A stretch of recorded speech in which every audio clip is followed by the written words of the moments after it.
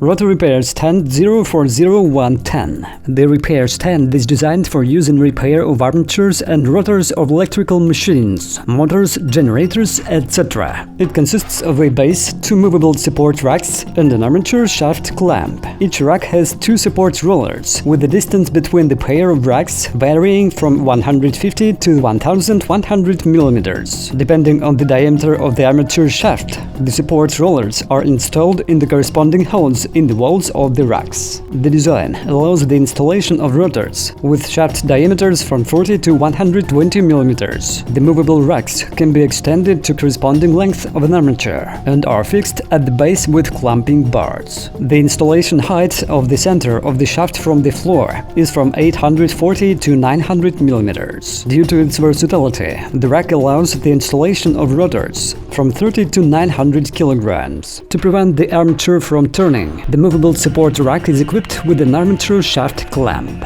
Electric equipment repair supplier, Electromash Trading House.